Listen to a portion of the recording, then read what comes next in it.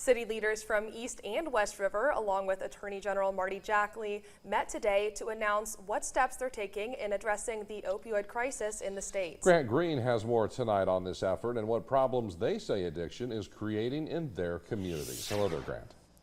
Good evening, Brian and Kara. Yes, South Dakota is expected to receive $79 million over an 18-year period from settlements with pharmaceutical companies such as CVS, Walgreens, Walmart, and Purdue. The state has already gotten a chunk of this money, and Jackley wants to see it put to use before his time as the state's top lawyer is over. South Dakota Attorney General Marty Jackley is pushing the state's opioid advisory committee to be swift in allocating the millions of dollars the state received in settlement money. There's a committee that the legislature has formed. It's a committee of about 22 that will first take a look at this. And then ultimately, I'm so committed that I will seek assistance from the legislature to make sure this happens.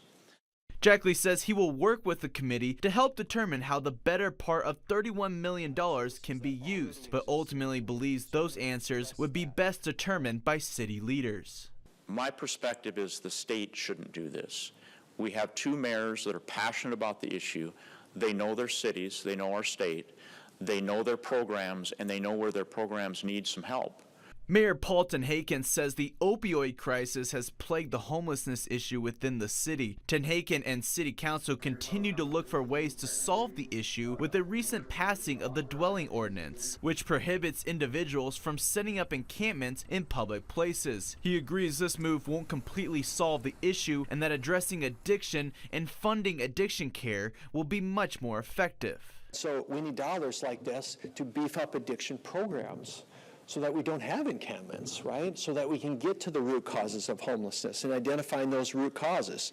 And so these settlement dollars are a huge part of beefing up existing addiction treatment programs. Rapid City Mayor Jason Salomon added that opioids and other addictions have strained the law enforcement community in his area.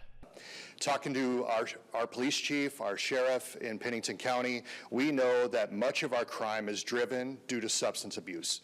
That whatever it is, whether it's theft, assaults, you name it, a lot of it can be tied to drugs and alcohol abuse.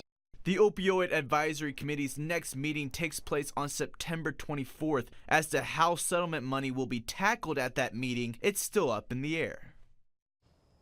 And I did get the chance to talk to a couple members of the Opioid Advisory Committee, including Minnehaha County Commissioner Joe Kipley and State Representative Taylor Rayfelt. Both agreed with Marty that the money should be rolled out faster. Rayfelt emphasized that she wants to ensure that rural communities are included in the conversation appropriately and that the focus isn't just directed to Sioux Falls and Rapid City. Brian. All right, Grant, thank you.